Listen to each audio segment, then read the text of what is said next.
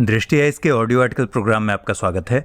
आज का audio article the Indian Express में प्रकाशित लेख DOPT asked to prepare proposal on lateral entry into civil services तथा लाइव मिंट में छपे लेख the need for lateral entry in civil services के सम्मिलित सारांश पर आधारित है। इसमें टीम दृष्टि के इनपुट भी शामिल हैं। यह ऑडियो आर्टिकल सामान्य अध्ययन प्रश्न पत्र 2 के राजव्यवस्था खंड से जुड़ा हुआ है। तो आइए लेख की शुरुआत करें। लेटरल एंट्री बनाम लाल फीताशाही। हाल ही में भारत की सर्वोच्च सेवा कही जाने वाली यूपीएससी सिविल सेवा प्रारंभिक परीक्षा का रिजल्ट आया है। इस परीक्षा में बैठने वाले लगभग 5 लाख विद्यार्थियों में मात्र 13,336 ही प्री में चयनित हो पाए हैं। जब अंतिम परिणाम आएगा तो लगभग 1,000 मेधावी विद्यार्थी ही इसमें सफल हो पाएंगे। यह पूरी प्रक्रिया साल भर से ज्यादा चलती है और इस परीक्षा में सफलता के लिए विद्यार्थी रात दिन एक कर देते हैं। कुल मिलाकर यह परीक्षा मेहनत की पराकाष्ठा का नाम है। अब जरा सोच कर देखिए कि अगर सरकार बिना यूपीएससी की परीक्षा पास किए ही किसी को आईएएस जैसा पद या कार्यदायित्व सौंपती है तो क्या होगा। जी हाँ, देश की सर्वोच्च सेवा में नियुक्ति की प्रक्रिया को सरकार बदलना चाह रही है। सबसे प्रतिष्ठित मानी जाने वाली सिविल सेवा में अब यूपीएससी परीक्षा के अलावे केंद्र सरकार अन्य क्षेत्रों यानी लेटरल एंट्री से प्रवेश देने पर विचार कर रही है। प्रधानमंत्री कार्यालय ने कार्मिक एवं प्रशिक्षण विभाग को इसके लिए प्रस्ताव तैयार करने को कहा है। सरकार चाहती है कि निजी क्षेत्रों के अधिकारियों को विभिन्न विभागों में उप सचिव, निदेशक और संयुक्त सचिव स्तर के पदों पर नियुक्त किया जाए। इंडियन एक्सप्रेस में छपी खबर के मुताबिक शुरुआत में निजी क्षेत्रों, शिक्षा और गैर सरकारी संगठनों से जुड़े लगभग 40 लोगों का चयन किया जाएगा। इनकी नियुक्तियां गृह, रक्षा, कार्मिक या कॉरपोरेट मंत्रालयों को छोड़कर अन्य मंत्रालयों में की जाएगी। तो सवाल उठता है कि इस प्रकार की नियुक्ति के पीछे क्या कारण हो सकते हैं। क्या यह सरकार के इस्पाती ढांचे में सेंधमारी नहीं होगी? क्या इसे देश की सशक्त आईएएस लॉबी कभी सफल होने देगी? क्या यह करियर आधारित नियुक्ति प्रणाली की व्यवस्था को कमजोर करेगी या फिर यह देश में लाल फीताशाही की सख्ती को कम करने में सहायक साबित होगा? कुल मिलाकर मूल सवाल यही है कि लेटरल एंट्री से उच्च प्रशासनिक पदों पर नियुक्ति कितनी जायज है। लेटरल एंट्री सुनने में बड़ा प्यारा शब्द है, जिसकी हिंदी होती है पार्श्व प्रविष्टि, यानी मुख्य दरवाजे से न आकर गलियारे से आइए। यह साइड से प्रवेश करने की एक प्रक्रिया है। इसके तहत विभिन्न प्रशासनिक पदों पर अनेक निजी क्षेत्रों से सरकार लोगों को चुनकर उन्हें नियुक्त करेगी।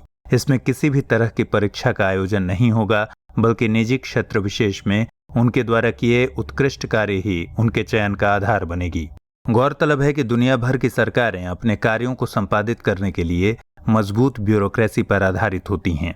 इस ब्यूरोक्रेसी का चयन अधिकांशतः प्रतियोगिता परीक्षा के जरिए किया जाता है, लेकिन कुछ देशों में सरकार क्षेत्र विशेष में उत्कृष्ट कार्य करने वाले लोगों को भी अनेक प्रशासनिक पदों पर नियुक्त करती है। अमेरिका में तो सरकार बदलते ही आधी ब्यूरोक्रेसी बदल जाती है। कहने का मतलब यह कि सभी देशों में ब्यूरोक्रेट तो होते हैं, लेकिन उनके चयन और नियुक्ति की प्रक्रिया भिन्न भिन्न होती है। भारत में अफसरों के चयन में अधिकांशतः करियर आधारित व्यवस्था को ही अपनाया गया है। इसका मतलब यह है कि लोक सेवकों की भर्ती में प्रतियोगिता परीक्षा के द्वारा मेधावी विद्यार्थियों का चयन किया जाता है और लगभग 65 वर्षों तक उनकी सेवा की गारंटी होती है। भारतीय संविधान का अनुच्छेद 310 और 311 भारत में लोक सेवकों को विशेष सुरक्षा प्रदान करता है, यानी भारत में ब्यूरोक्रेसी के चयन में करियर आधारित व्यवस्था है। लेकिन यह बात भी सच है कि इसके बावजूद भी भारत में लेटरल एंट्री से नियुक्ति की जाती रही है। इसके सबसे बड़े उदाहरण हैं पूर्व प्रधानमंत्री डॉक्टर मनमोहन सिंह और पूर्व राष्ट्रपति एपीजे अब्दुल कलाम आदि। इसलिए लेटरल एंट्री से की गई नियुक्तियां भी देश के लिए काफी फायदेमंद रह चुकी हैं। हालांकि पहले भी ऐसी नियुक्तियों की चर्चा होती रहती थी, लेकिन कार्मिक मंत्रालय के मंत्री जितेंद्र सिंह ने खुद लोकसभा में इसे खारिज कर दिया था। अतः सवाल उठता है कि आखिर अभी ऐसी क्या जरूरत आन पड़ी जिस कारण सीधे प्रधानमंत्री इस बाबत दिलचस्पी दिखा रहे हैं।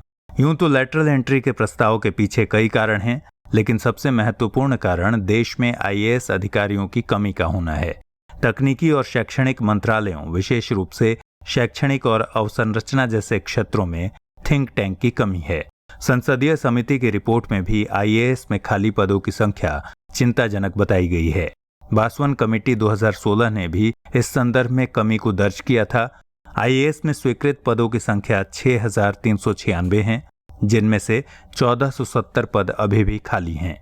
राज्यों को कैडर के तहत जो सीट दिए गए हैं उनमें भी स्वीकृत पद और नियुक्त पदों के बीच खासा अंतर रहता है। सर्वाधिक अंतर बिहार में है, लगभग 37% का। अन्य राज्यों में भी 15 से 30% तक सीट खाली ही हैं। कहने का अर्थ यह कि अफसरों की इस कमी को दूर करने के लिए लेटरल एंट्री से भर्ती जरूरी है। इसके अलावा कुछ और वजहें रही हैं जिसने लेटरल एंट्री के प्रस्ताव को पुनः मुकाम तक पहुंचाया, जैसे लाल फीताशाही अफसरशाही का होना, कार्य निष्पादन दर में कमी का होना, विज्ञान प्रौद्योगिकी संचार और सूचना क्रांति के दौर में नई समस्याओं का उभरना, निर्णय लेने में अत्यधिक विलंब होना, उच्च स्तरीय कार्य क्षमता और प्रतिस्पर्धी माहौल का अभाव होना तथा उत्तम कार्य संस्कृति का अभाव होना इत्यादि। यहाँ बताते चलें कि ये सारी वजहें प्रकारांतर से लाल फीताशाही से ही जुड़ती हैं। लाल फीताशाही का मतलब है नौकरशाही में अनावश्यक औपचारिकता का अपनाया जाना। लाल फीताशाही को हम नियमों के पालन में आवश्यकता से अधिक जड़ता की प्रवृत्ति कह सकते हैं। जब लाल फीताशाही बहुत ज्यादा बढ़ जाती है तो प्रशासन में लचीलापन खत्म हो जाता है, यानी प्रशासकीय निर्णयों में देरी होती है और कार्यों के संचालन में सहानुभूति, सहयोग आदि का महत्व गौण हो जाता है। लाल फीताशाही नौकरशाही को कठोर, यंत्रवत और अत्यंत अनौपचारिक कार्यविधि बना देती है। लाल फीताशाही के कारण ही नौकरशाही को बदनामी सहन करनी पड़ती है। यहाँ यह भी जानना दिलचस्प है कि अधिकारियों की इस जड़ता का नाम लाल फीताशाही इसलिए पड़ा क्योंकि ब्रिटेन में जनता या पीड़ित पक्ष द्वारा दी गई अर्जियों को लाल फीते में बांधकर रखा जाता था और भारत में यह ब्यूरोक्रेसी अंग्रेजों की ही देन है। बहरहाल कहने का अर्थ यह कि इन्हीं सब परिस्थितियों ने लेटरल एंट्री प्रस्ताव की ओर सरकार का ध्यान आकृष्ट किया। फिर भी सवाल उठता है कि क्या इस प्रकार से उच्च प्रशासनिक पदों पर निजी क्षेत्रों के लोगों को नियुक्त किया जाना जायज होगा? सबसे पहले तो यह जानने की जरूरत है कि लेटरल एंट्री का यह विचार नया नहीं है। दूसरे प्रशासनिक सुधार आयोग ने सबसे पहले यह बात कही थी।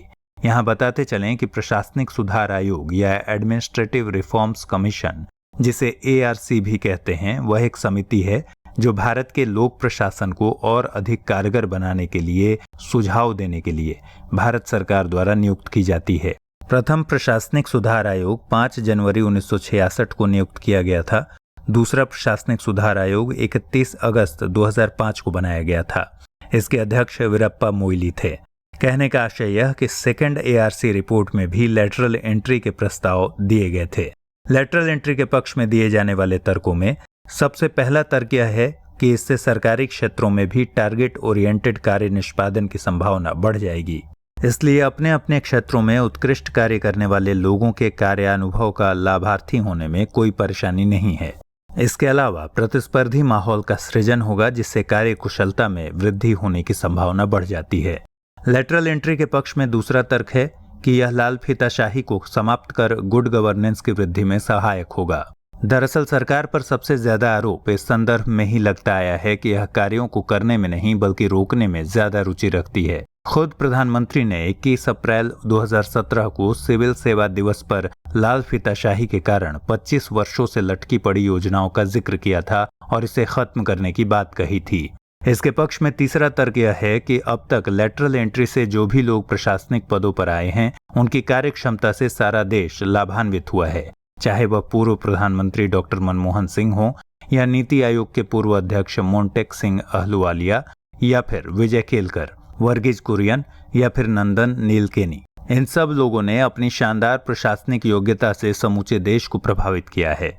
इसलिए जो लोग निजी क्षेत्र, शिक्षा या समाज सेवा के क्षेत्रों में विशेष योग्यता धारण करते हैं उन्हें सिर्फ एक परीक्षा विशेष पास न करने के कारण क्यों बेहतरीन कार्य करने का मौका न दिया जाए। अतः ऐसे उदाहरणों की पुनरावृत्ति राष्ट्रीय विकास के पक्ष में ही होगा। जो लोग लेटरल एंट्री के विरोध में तर्क देते हैं उनका पक्ष यह रहता है कि इससे पहला, व्यवस्थागत संतुलन के बिगड़ने का खतरा होगा। दूसरा, भ्रष्टाचार बढ़ने का खतरा होगा। तीसरा, जरूरी नहीं कि सभी लेटरल एंट्री मनमोहन सिंह या मोंटेक सिंह, वर्गीज कुरियन या नंदन नीलकेणी जैसे ही हो। एयर इंडिया, इंडियन एयरलाइंस और वायुदूत जैसे सरकारी उद्यम को प्राइवेट लोगों के हाथों में सौंपने का अनुभव बहुत बुरा रहा है। इसलिए कुछ अच्छे उदाहरणों के कारण खतरा मोल नहीं लिया जा सकता। चौथा तर्क यह कि इससे सरकारी महकमे में असंतोष बढ़ सकता है। यह बात सच है कि देश में आईएएस लॉबी सबसे ताकतवर है।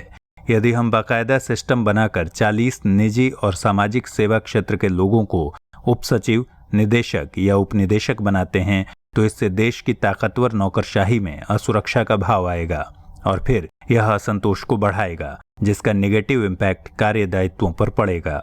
पांचवा तर्क यह कि लैटरल एंट्री वाले लोगों को ताकतवर आईएएस लॉबी कभी सहयोग नहीं करेगी, संभव है उनके सम्मान में भी कमी करेगी, तो यह उनके बीच तनाव बढ़ा सकता है।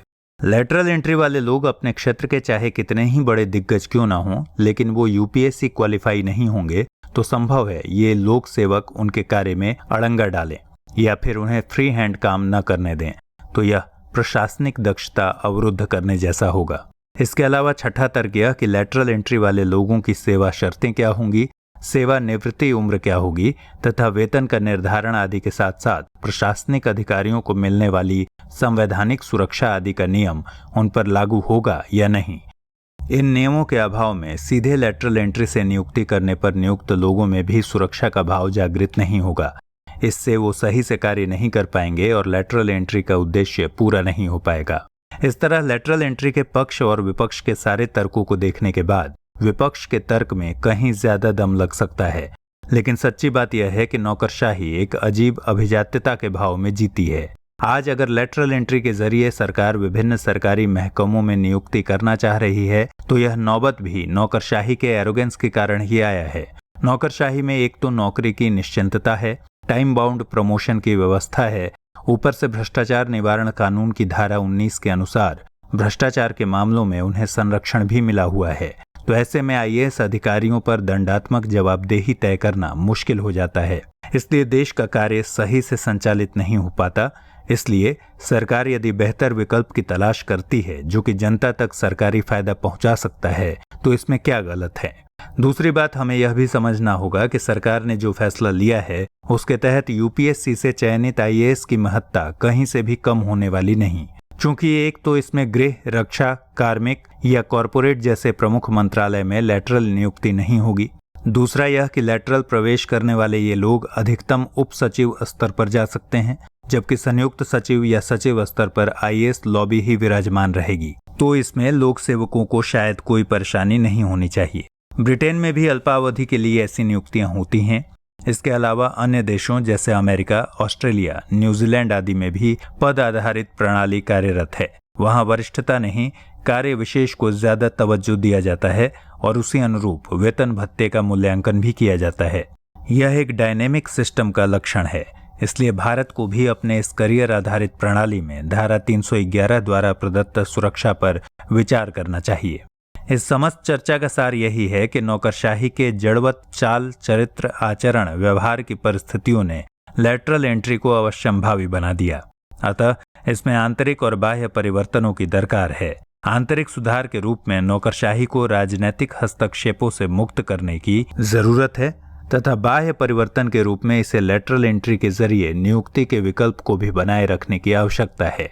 इसके साथ ही रिक्तियों को भरने के लिए यूपीएससी परीक्षा में सीट बढ़ाने की भी जरूरत है। हालांकि यह सच है कि लैटरल एंट्री कोई रामबाण नहीं जो सभी समस्याओं का हल हो, लेकिन हमें यह भी नहीं भूलना चाहिए कि यह नेहरू के जमाने से ही जारी है, अतः इसे जारी रखने में कोई प्रॉब्लम नहीं है। दूसरी बात यह भी कि अपने क्षेत्रों में उत्कृष्टता हासिल करने वाले लोग यदि सीधे तौर पर सरकारी सेवा में आते हैं तो वो अपनी गरिमा का ख्याल रखते हुए कुछ बेहतर ही करने का प्रयास करेंगे। इससे स्थूल कार्य संस्कृति में बदलाव आने की संभावना जरूर बढ़ेगी। क्या कोई आधार कार्ड के लिए नंदन नीलकेनी, दुग्ध क्रांति के लिए वर्गीज कुरियन या फिर अपराध मुक्त चुनाव के लिए केजे राव का नाम भुला सकता है? शायद नहीं। इस प्रकार की अनेक विभूतियां रही हैं जिन्होंने अपने कार्य से देश को कई कदम आगे बढ़ाया है। इसलिए उन्हें मौका देने में क्या हर्ज है। नुकसान की उम्मीद में संभावित लाभ से वंचित रह जाना समझदारी नहीं कही जा सकती। इसलिए लाल फीताशाही के दंभ को त्यागते हुए सही मायनों में देश के लिए कुछ करने वाले सक्षम लोगों को सरकारी महकमों में उच्च पद देना उस व्यक्ति का सम्मान ही नहीं बल्कि राष्ट्र की सच्ची सेवा भी हो सकती है। आइए अब जल्दी से नोट करें आज का सवाल। सवाल है, लेटरल एंट्री द्वारा भारत सरकार के उच्च प्रशासनिक पदों पर नियुक्ति की प्रक्रिया कितनी जायज है? क्या यह लाल फीताशाही के दुष्प्रभाव को कम करने के लिए जरूरी है? युक्ति-युक्त उत्तर दीजिए। प्रिय व्यूअर, यदि आप दृष्टि आईएएस के YouTube चैनल पर लगातार अपलोड हो रहे नए कार्यक्रमों की सूचना और लिंक अपने पर्सनल WhatsApp नंबर पर पाना चाहते हैं तो कृपया आगे की स्लाइड में दिए गए नंबर पर अपना WhatsApp नंबर भेज दें। दृष्टि आईएएस की टीम प्रोग्राम अपलोड होने के तुरंत बाद आपके WhatsApp नंबर पर वीडियो का लिंक प्रोवाइड कराएगी। साथ ही आपके नंबर पर हम भविष्य में जारी किए जाने वाले प्रोग्राम्स की पूर्व सूचना भी उपलब्ध कराएंगे। इससे YouTube चैनल का नोटिफिकेशन न मिलने जैसी समस्याओं से आप मुक्त हो जाएंगे और हमारे सारे वीडियो लिंक क्रम से आपके पास सेव हो जाएंगे, जिन्हें आप अपनी सहूलियत के मुताबिक देख सकेंगे। दृष्टि आईएएस YouTube चैनल का WhatsApp नंबर है 9205885191। आपको करना बस इतना है कि दृष्टि IAS टाइप कर हमें WhatsApp कर दें।